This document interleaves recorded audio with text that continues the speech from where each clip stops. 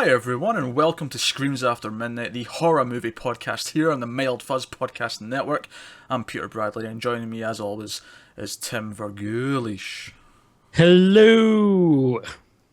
Also here is Joseph Kohler. Hello!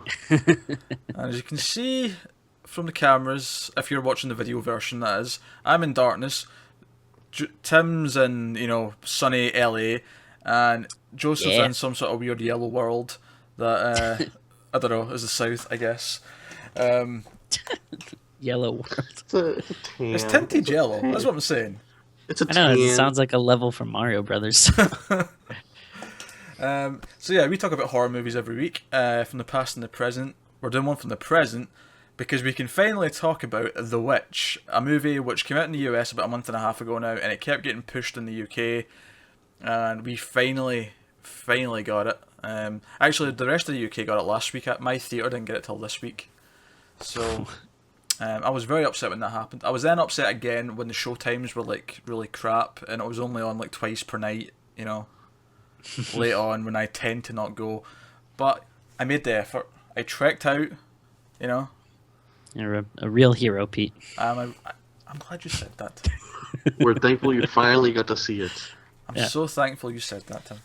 I'm on pins and needles waiting to see what you thought of it, because I think me and Joseph have been pretty vocal about what we thought on in the Facebook group and everything. But you just had a little bit of a cryptic message the other day saying you saw it. So And that was it. That was all he said. Yeah, I left it cryptic on purpose. okay. So full spoilers for the movie, as always on the show, before we get into it. Now, obviously, this is the first big horror movie of the year. Everyone was talking about there this. was Oh, you mean The this movie Force called wasn't? The Boy. Yeah. It was the first notable horror film of the year. By the way, can I just say, before we even talk about this film, obviously when you go to see a horror movie, most of the trailers tend to be horror movies. They kind of focus. I got Conjuring 2 and whatever. I got a trailer again for a movie called Friend Request, which made me want to bash my head against the wall. So possibly look forward to that in the future. I don't know. I don't know if I want to torture myself with that piece of shit because it looks horrendous. But anyway, The Witch. I liked it. I'm sorry, Joseph. Were you hoping for an argument? Well, no, I was hoping for a little more, actually. Oh, okay, right. Oh, you were hoping for love, okay, right. Yeah. That's fair. I see what you're saying. Well, yeah, let's go into that. I liked it a lot, right? And I think, but here's my caveat, right? I think it's one that I will like more when I've watched it a few times, spread out over the next few years. I think it's one that'll grow better than it is on its first watch. I've seen him 3 times already in theaters. Yeah. Well, that gives a hint as to how much Joseph liked it. I actually saw it twice as well, mostly just because I saw it the day it came out, but then I had a friend that wanted to see it but was too scared, so I had to go with her. But I mean, I really liked it. I'd go as far to say that I loved it, and definitely I was actually a little worried about that, seeing it a second time, if it was I mean, I really liked it the first time, but is it going to hold up? Am I going to have a little bit of diminishing returns? But I actually thought that it was still fantastic. We get it, Joseph. You liked it. Calm down. Did anybody else have it in their theater where everybody else hated it? Oh, yeah, absolutely. Admittedly, there was only 8 of us in the room, I think, at the time. This movie's not making money here. I'm guaranteeing it. Our room was packed. Our screen was packed, and I believe I might have been the only person who liked it going out. I kept hearing... Yeah, everything I heard from everyone else in the room. This is not a movie that plays well with your typical audience who didn't know what type of movie it was going in. And I don't even think we completely knew what type of movie it was. We had an idea, but the trailer was intentionally kind of vague. See, I didn't have anyone like that in the theater here, and I think that might be a little bit because LA is more advanced. Not necessarily that it's advanced, but it I is refuse to believe a movie. I refuse to believe there's no idiots in LA. No, like without a doubt there is, but I'm like smack dab in the center of Hollywood. So I think, especially when it comes to like these artsy movies and stuff, I think most people know maybe the kind of stuff that they're seeing. Maybe they might be a little more self-aware than Yeah, because they know at least when it comes. Yeah, they know even if they don't know exactly what they're getting, they're the type of audience that likes this kind of stuff. Yeah. You know? So Exactly. I get that, but I think I honestly do think that horror audiences on, especially the opening sort of weekend or so, are the worst kind of audience in a movie theater, because Yeah. they tend to be full of people who really want to let everyone else know that they're not scared. Like they're too pride, and they really want to let everyone else know, oh, we can't take this seriously. I'm too cool to take this seriously. I actually think that might have hurt it a little bit, because a lot of like the advertising and stuff, or at least the stuff that I was seeing, was so focused on like, it's so scary, it's so frighteningly disturbing. Stephen King says it's the most like crazy movie he's seen in years. And then I think like a lot of people, especially like horror fans, like you said, that I think they get like a little bit of an alpha male kind of thing going on, where they almost want to kind of like seem badass with like, that didn't scare me, fuck that, you know. I wouldn't say that's horror fans. I would say that's the people who just go. Yeah, Anyway, you know in what general, I mean? yeah. You know, like I tend to find there's a lot of people who, I don't want to say they're not horror fans. I'm not going to claim to know everyone who walks into a cinema, but at the same time, I do get the impression there's a lot of people who will go and see almost every horror film that comes out just because they like to go and see all the horror films that come out. But at the same time, they're not really, into it in the same way. Like, they'll go back and watch all the classics, and that's a bit of a generalization, but you know what I mean. Like, I get the feeling that there's a group of people who are like that. Yeah, I know the exact type of people you're talking about. Yeah, and it's kind of those people, especially because I find that tends to be females actually, but then they'll bring their boyfriends, and it's the boyfriends who have to act all, macho. This isn't scaring me, yeah, no, yeah. It's like, it's just like a weird alpha male thing I see sometimes, especially when like people are like, oh, it's so scary or whatever. They feel the need to kind of overcompensate. Yeah. Yeah. Yeah. So, but let's talk about the film itself. We kind of talked around. We've talked around the film quite extensively now, so let's talk about the film itself. For me, it's a film that very much is kind of about the subtlety of everything. And I think that's why it'll work better, even more, on repeat viewings, and especially when there's some time passed. Because I know you've seen it 3 times, Joseph, you've seen it twice, Tim. But I think even more so once you've let it sit for a couple of years, and you go back, I think that's the type of film this is that grows over time. Because what the story is really about doesn't really become clear until late on in the film. On the first viewing anyway. Obviously, when you watch it a second time, you're more in tune to what's going on. But yeah, so Joseph, what did you like about it? Well, I really enjoyed the first 10 minutes. It sets the tone very quickly and lets you know that nobody is safe. Everybody who I saw the theater with, that's where people cringed and looked away for that moment where she sacrifices the baby to rub it on her skin. But also, I liked how it was actually had a lot of religious themes.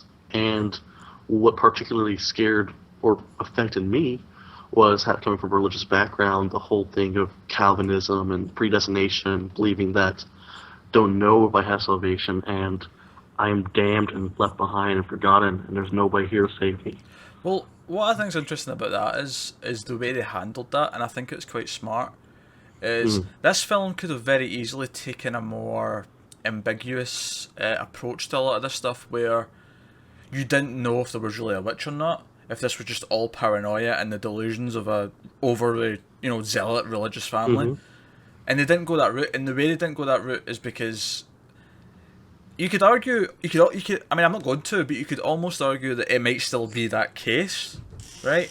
But what they've done in the film is, because this family believes this without question, they make sure the audience believes it as well. And the way they do that by showing us in the first 10 minutes, here's the witch, she's real, she exists, The threat's there. But what that does to the audience is regardless of what our beliefs or opinions are going into the film, and watching the film, we're now on the side of the family, at least in the sense of, this shit's real, and it's a dangerous thing. You know, we're in trouble. I also felt that it really kept a respect to the material, and there was a lot of little symbolic moments I appreciated, such as the apple being used in different rituals, being symbolic of witches. You even see in Snow White, that's what she gives Snow White. And the son, when he is cursed, just the apple that he had been wanting to get his mother coming out of his throat. There was just little moments like that spread throughout where I felt that you can tell the director very much cared about the material and was respectful of it the entire time. Yeah. It's I really liked the characters for the most part. Yeah. Because I think they're all very... Well, for the most part, I think the mother's the interesting one. And I'll get to why in a minute, but I think, like, the father, for example, is a very, like, he's very, like, religious, and you can sort of I loved his voice. You loved his voice. Yeah, it's such a cool, gravelly voice, man. I wish I could pull that off. I will say this, though. Badass. The thick accents combined with the old-time speak did occasionally make it difficult to understand exactly what was being... Like, don't get me wrong, I understood most of it, but there was the odd line that was like, I had no idea what he just said. Yeah. I loved, like, the attention to, like, authenticity, though. Like, I think even at the end during the credits or something, they said that, like, actual, like, dialogue and stuff was taken from, like, real life, like, journals and accounts and stuff. Yeah, it does feel very authentic. So sometimes when they set movies in this period, it feels very fake to me. Like, it all feels like, you know, costumes and whatever, but this felt very real of its time. At least at least as much as we can tell, being as people who've been alive at that time. I feel like there's, like, a lot of stuff that, like, maybe you would normally see in a movie and stuff that, you know, you wouldn't really think about, but, like, in here, like, I don't know, just, like, little attentions to detail, like, the kids, like, didn't really have beds. They were basically kind of sleeping on, like, straw with, like, blankets and stuff, and, like, they didn't really have, like, a window. They just had, like, that board they had to, like, put up. Like, they didn't have, like, glass kind of thing, and just, like, stuff like that. Like, you know, I feel like in other movies, you know, they might not, you know, they might just have, like, an old-timey looking house, but they might still have kind of semi-modern stuff in there. But this, I feel like, really, like, was paying attention to details like that. Well, like what I was saying about the characters, though, and I was speaking about the father, was that despite the fact that he's very religious to the point where he believes things to, like, absolute certainty, and he's, like, you know, he's so devout, like, you know, 5 minutes doesn't go past without him saying respect God, you know, and so on, and very fearful, you know, as he damned as all this stuff. But at the same time, he's never... It's very easy to make that character someone who's unsympathetic and is, like, the villain, almost, in the family. Oh, yeah. And I don't think he ever is. I think he's actually always trying to be a good father, which I think is a very interesting tact. But at the same time, he has flaws. You know, he has... I think he himself brings up that he has pride. Yeah. And that's why he, like, you know, takes his family away in the first place from the main town. And it's... Refuses to ask for help. Yeah, refuses to ask for help. And then as he realises that this is his fault and this is what's causing a lot of the problems throughout the film, it breaks him down a little bit more, to the point where, you know, that scene where he's, like, you know, he's... I can't remember if it's raining, but he's, like, crying and he's you know, he's begging, he's praying and begging to, you know... Yeah. That said, though... He cares about his family. I actually think the mother is the real villain in the family. Yeah. How she turns on her daughter so quickly and then easily goes back to her and puts all the blame on her husband. Before that, it's more seeded in than that, because the whole idea it's heavily implied that, you know, the idea of the evil getting into the family, there has to be, like, a gateway, and I would argue that maybe it comes in through the twins, because the twins are singing about really, like, satanic stuff, and they're just joking, but they are doing it. And it all comes from the mother's jealousy and, like, favoritism, because she's really mean to the oldest daughter right from the get-go, and she even says at one point that she thinks she's trying to lure the father by being lustful, And there's even the scene earlier on where the brother sort of, like, the camera kind of implies he's looking down her top a little bit. Yeah. And and the mother mentions this later on. She's like, "Oh, you're trying to tempt the father and tempt the brother," and it's like right from the get go, she has this jealousy and this pride, and then also her obsession with the cup that she keeps going on about, that the husband sold. But she lets the kids, the twins, do whatever they want, and she constantly punishes and like gives a really hard time to the eldest daughter. And it plants the seeds for the distrust and the unhappiness and all that. So I think what makes this movie most interesting to me is that it is a horror movie, but it's really more of a character drama than anything else. It's about their faults and how they play off each other. And no, I think it's interesting. Yeah, definitely. It's not like it's trying to, like really terrify you or like rack up a body count or something. It's more like, playing off like atmosphere and tone and trying to be like this kind of like period piece character study, which is it's really interesting.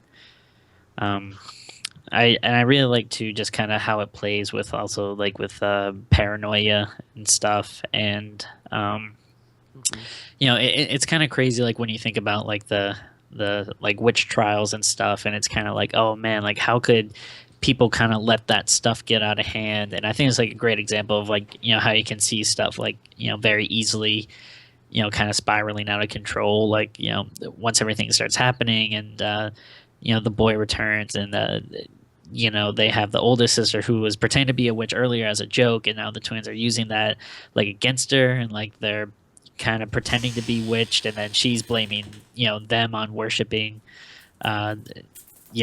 Black Phillip and stuff. And I just think it's interesting seeing like, oh, this is how stuff can like escalate so quickly back then. By the way, Tim, it's telling that I can't see a goat in a movie now without thinking about you. I was thinking about that too. I wasn't gonna mention it yet, but I really did love the goats in the movie, especially like Black Phillip was like a goddamn badass. Like it's crazy like how they like found like such like a perfect goat for that role. I don't know. He looked so crazy, and then I love the scenes where like I think when they're all in the barn and like she's talking to the twins, she's like, so, like, can you really talk to like Black Phillip? And they kind of just show this shot of him just like breathing heavily, and you're kind of like, oh, that's kind of weird. Like, should I be scared of him? I don't know what's going on with him. Tim, you should follow Black Phillip's Twitter. Oh, he has his own Twitter account? They started his own Twitter account after the Sundance premiere. I'll have to check that out. It's the film's full of nice, subtle, but really sort of satanic kind of. I mean, the black goat keeps popping up, and then there's that rabbit that keeps just. Oh yeah. Randomly appearing. It's kind of funny because obviously my favorite animals are goats, and my girlfriend's favorite animals are rabbits. So this movie was like a nice little treat for both of us. Also, maybe a hint that you're both the pair of the end of the planet. Maybe. Yeah. The daughter and son of Satan. It's a really good and interesting film. It is, and I liked as well that because we got that first scene with the witch where she's out in the she's old and she's sacrificing the baby, but I really liked when the son Caleb, was it Caleb? I think it was Caleb. Yeah. Oh yeah. And she appears as a very attractive woman. Yeah. And it's very. Was it the same witch? Was it the same witch? I believe it could have been because of the baby, but I also felt that it might have been a different one in the Coven. The way I thought really is say. like, yeah, I guess that's possible. The way I kind of took it is like she, kind of like enchanted him, or maybe her sacrifice of the baby earlier might have like rejuvenated her looks for a little bit or something like that. I took it as being the same one, and even after the ending, I still think it's the same one.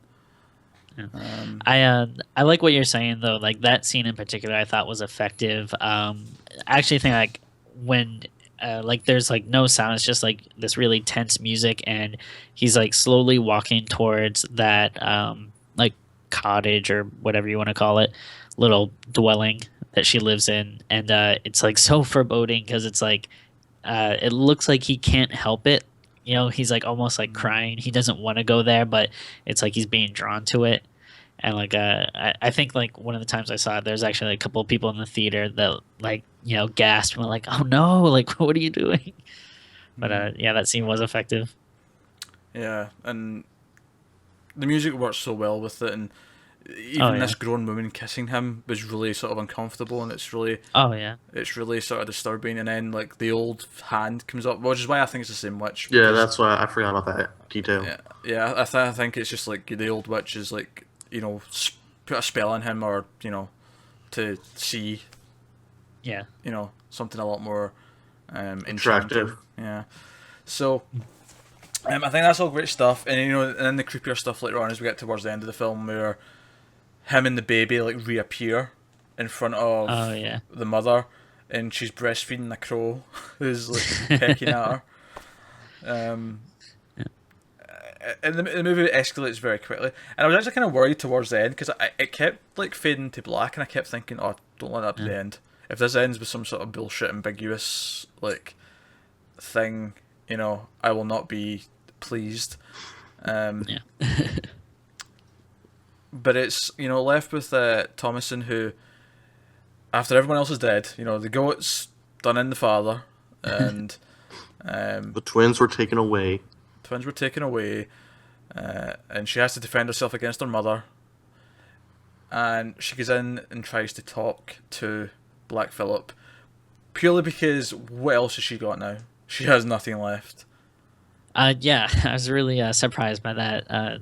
At the end, I wasn't expecting it at all. Like when she goes in and starts talking to Black Phillip, and like he doesn't say anything right away, so I thought like maybe like she was going crazy or something. But then once Black Phillip actually answers her, it's like, oh shit! Like, all right, this is this is pretty legit then. Yeah. I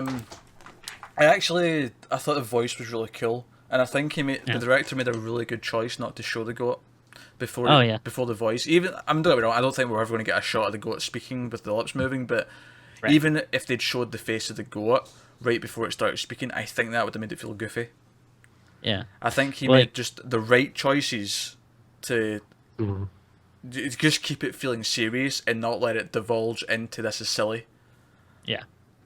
And then it takes human form and walks around and the ideas it's Satan, and she's making a pact, and then she walks into the woods naked and joins a coven. Yeah. And floats. And that's the end of the movie.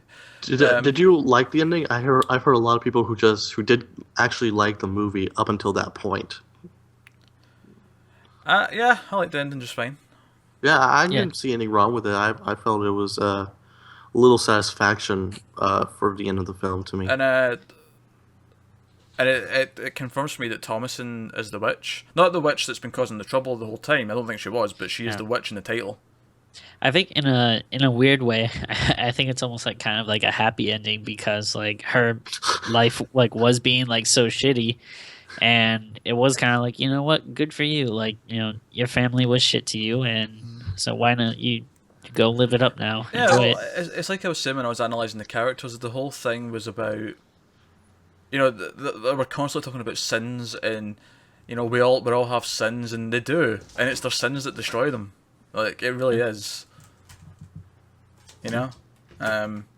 Starting with the mother and her, dislike of her daughter, which spreads to the kids, to each other, and the father's pride. Like, it's all of their human elements that actually destroy them. Yeah. And you could take the witch out of the movie, and you'd still have a drama about this family falling apart. Yeah.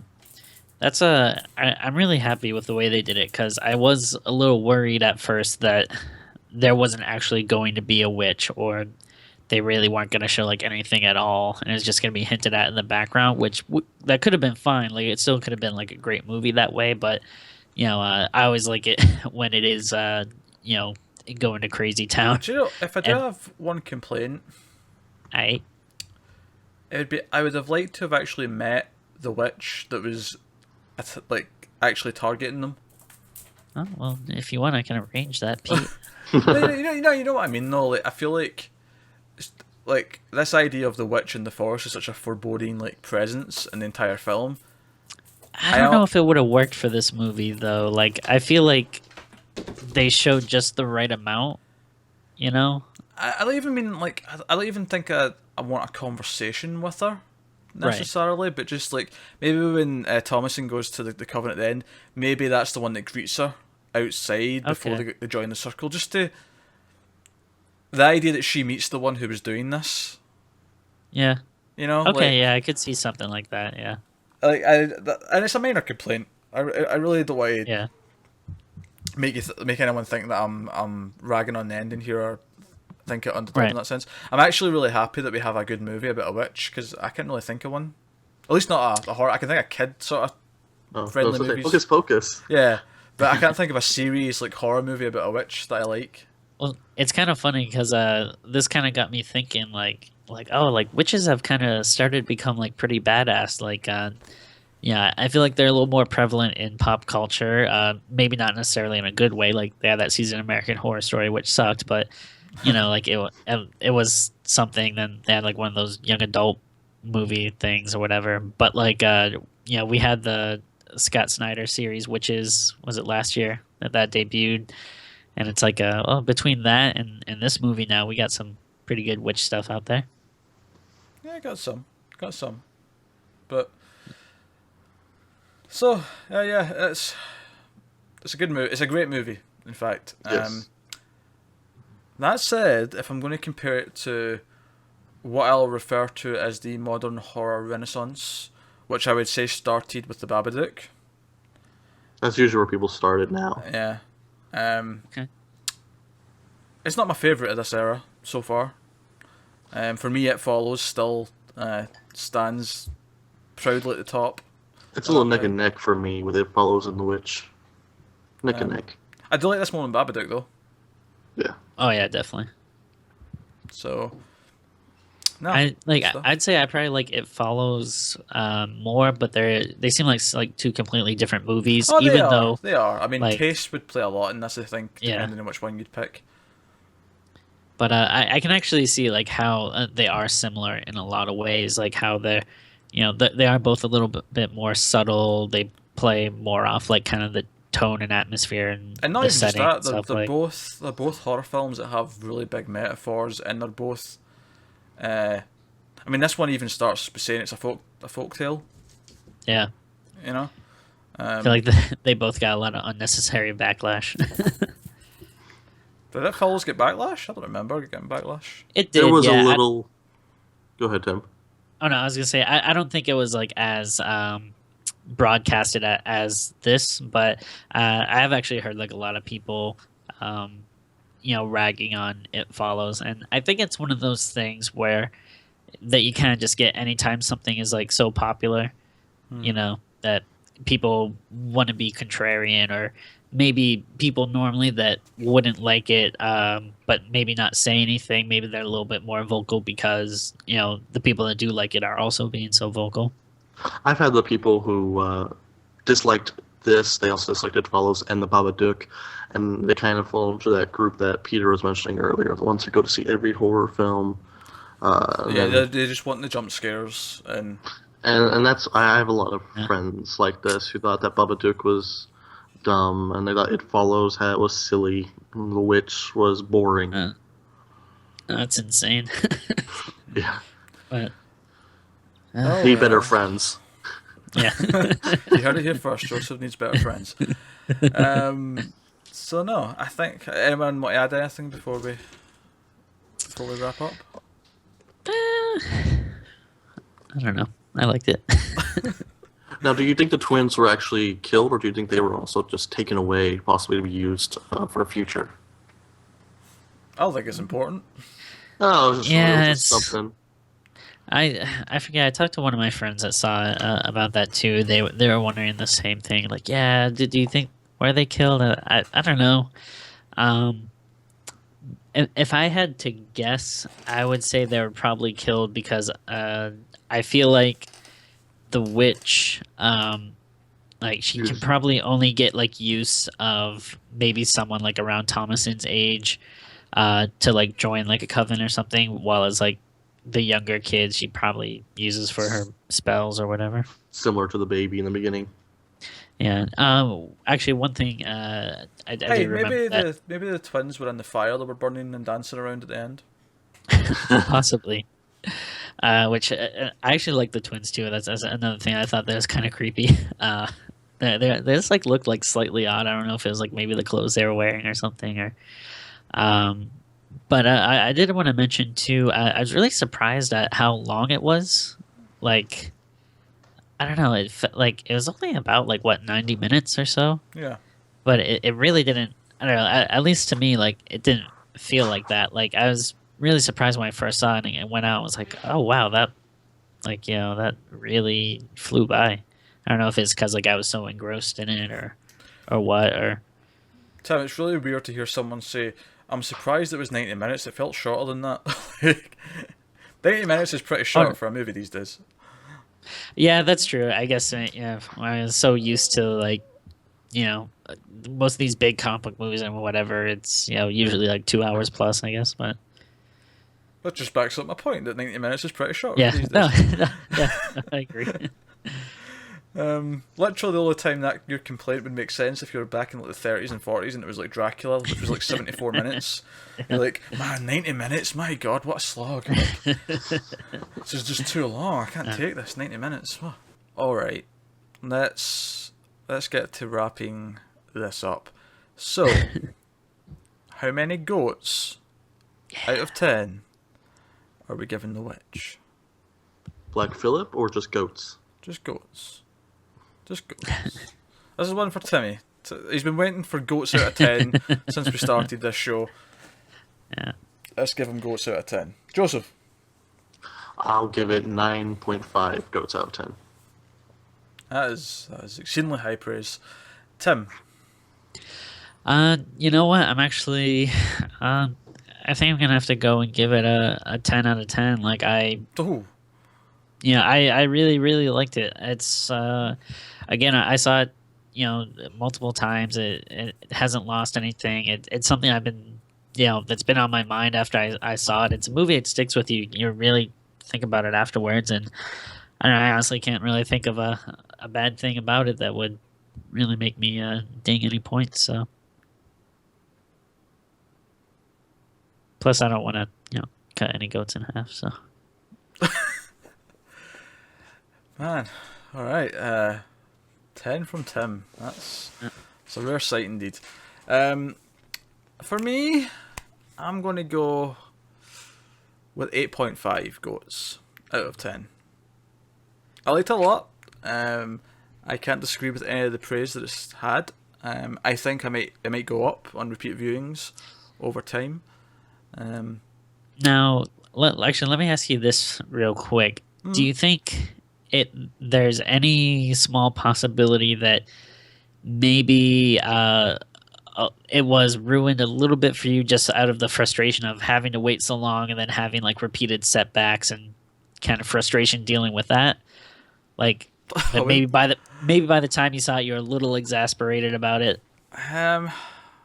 Maybe I don't know. I wouldn't think that would affect my opinion of the film, but I mean, maybe there is an element to the whole idea that I've heard it's so good, I need to wait an extra month, then I need to wait an extra week on top of what I thought I had to wait, and then I finally sit down to watch it. I've had to traipse out at a time that I normally wouldn't go to the theatre. I sit down and it starts, and then I suppose my first thought might be, this better be fucking good.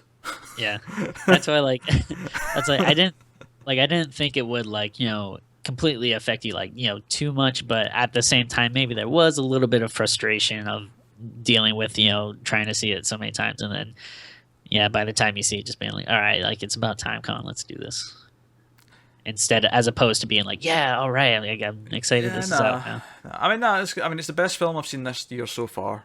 Okay. I mean, that and 10 Cloverfield Lane are the two best films I've seen this year so far, and I saw them both this past weekend, more or less. So, it's crazy. Utopia. What? This is Zootopia for me. Zootopia. We don't have that Zootopia is yet. my number one. It's also called not Zootopia here, interestingly enough. What's it called? Zootropolis. Still nice. It means the exact same damn thing. I don't know why they bothered changing Yeah. it. Stupid Disney and their shenanigans. Well, it's really interesting. Last year was such a great year for horror. I was really surprised by the amount of new stuff that came out that I really liked, and this year is off to a pretty good start for me. I just hope it continues. No, it's not. This is like the Artist in like the The Forest. So, You like The Boy. The Forest sucked, but everything else I've seen I've really liked. well, we'll see. We'll see. There's some promising stuff coming. Some stuff that I'm interested in. Nothing's like head and shoulders. Oh, that's definitely going to be amazing. But there's definitely some interesting stuff. There's definitely some obvious crap coming as well. But I mentioned a friend request at the start of the show. I will repeat that for the obvious crap category. Also, I think Ouija 2 Ugh. is coming out this year. So look forward to that, guys. But Green yeah. Room looks interesting. The what? Green Room looks a little interesting. That's not really a horror movie, though, I don't think. Oh, I've been getting it for every horror film. It's like thriller-ish. I Yeah, guess. that looks more of a thriller to me. But we're not here to talk about what horror's coming out this year. We're here to talk about The Witch, and we've done that. We talk about the present and past. We don't talk about the future. Exactly. You say it every week in the intro. Exactly. Joseph, listen to me. So, let's wrap things up then. So that was The Witch. We all liked it to loved it quite a bit. So, if it's still playing, if you're in the UK, go see it. If you're in the US, wait another month. It'll probably be on demand. It's been a while already. So, but definitely one worth seeing. It's definitely more of a slow burn. Don't expect jump scares and pointless violence. Although there's a couple of moments in it that are quite violent. But so that's The Witch. You can let us know what you think in the comments below on YouTube, or tweet at us at mild_fuzz, or you can even email us, mildfuzz@gmail.com. You can also follow us on various places on the internet. Joseph, where can people find you?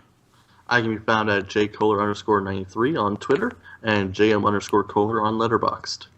Tim, where can people find you?